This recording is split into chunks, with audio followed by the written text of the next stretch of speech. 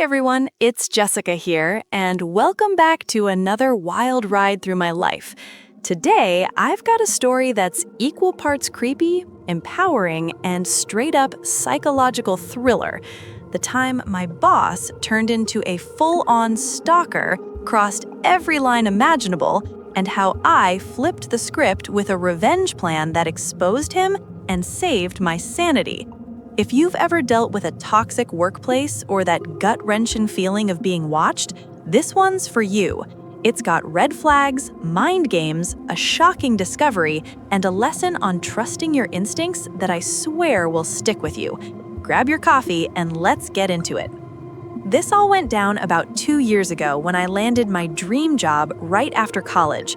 I was 23, fresh out of NYU with a degree in marketing, and super excited to start as a junior exec at this trendy ad agency in downtown Manhattan. The pay was great, the office had those exposed brick walls and free cold brew, and my boss, Mr. Harlan, let's call him that, seemed like the perfect mentor.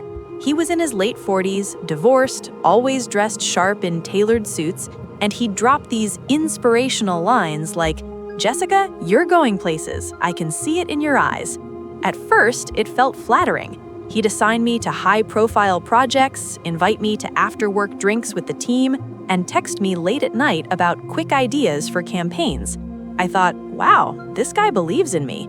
But looking back, the red flags were there from week one. He'd linger a little too long during one-on-ones, commenting on my outfits. "That skirt really shows off your legs, Jess. Professional, but sexy. Smart choice." I'd laugh it off awkwardly, change the subject to work. Then the texts ramped up. Not just work stuff, but "How was your date last weekend? You deserve someone who appreciates you."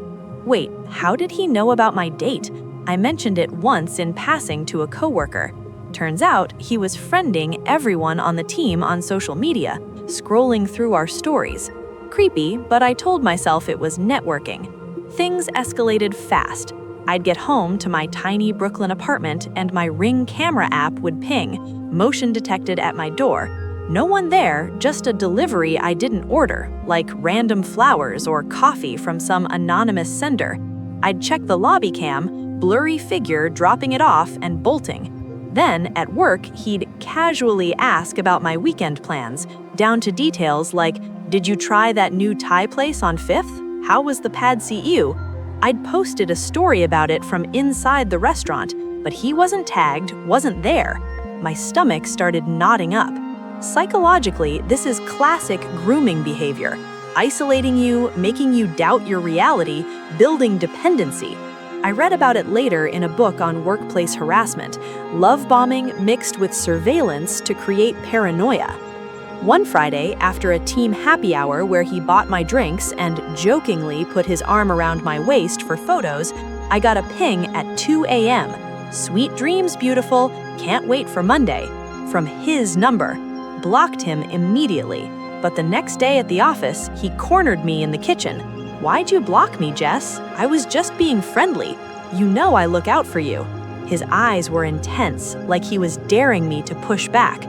I mumbled something about needing space and escaped to the bathroom, heart racing. That night, more motion alerts. Someone tampering with my door handle. I called my building super, he checked the footage, said it looked like a guy in a hoodie, couldn't ID him, but the build matched Harlan, tall, broad shoulders. The breaking point? I started noticing little things missing from my desk. A lip gloss, my favorite pen, and they'd reappear in my purse. Then, one evening, working late, he always volunteered me for overtime, I left my laptop open to check emails. When I came back from the restroom, my personal Gmail was open to messages from an ex about our breakup. He'd logged in somehow. Panic mode.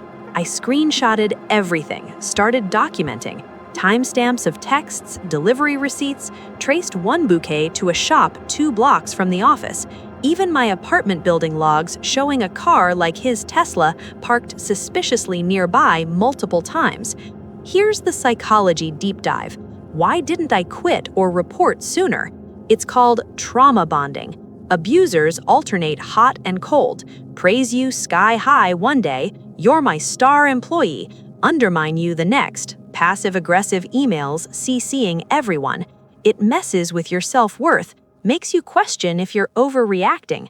Plus, he controlled my projects, my references. Leaving meant risking my career. I confided in my therapist, thank God I had one, who helped me build an exit plan.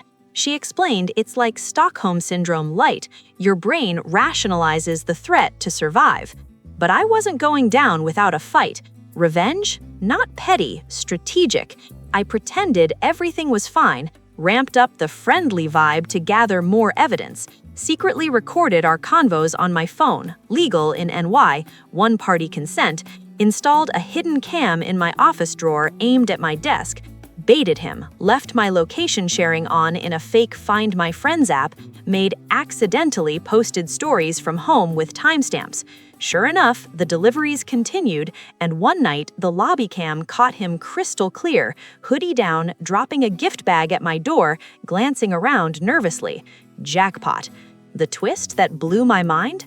I dug into company IT logs, had a friend in tech who owed me a favor, anonymously via a lawyer friend.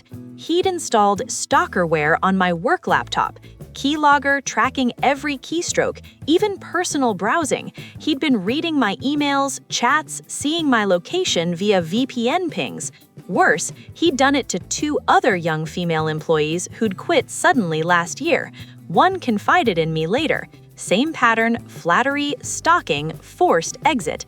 Armed with folders of proof, recordings, cams, logs, I didn't go to HR first. He was besties with the CEO, went nuclear. Anonymous tip to the company's board via a lawyer friend, CCing the New York AG's office on workplace harassment, included everything, redacted for safety. Boom, internal investigation launched overnight. Harlan was suspended, office buzzing. He tried calling me hysterically. Jess, what did you do? I love you. This is a misunderstanding. Voicemail gold. Karma hit hard. Turns out the other ex-employees sued for harassment. News leaked. New York Post ate it up. Ad exec stalker busted. Harlan resigned in disgrace, blacklisted from the industry. Agency gave me a promotion and settlement, non-disclosure, but let's say it funded my move to a safer place. Lesson? Your gut is your best detector. That off feeling is evolutionary wiring screaming danger. Set boundaries early, document everything, block freely, build your exit fund. Now I'm thriving as a freelancer, helping women spot workplace predators via my side podcast. Stronger, wiser, zero tolerance for creeps.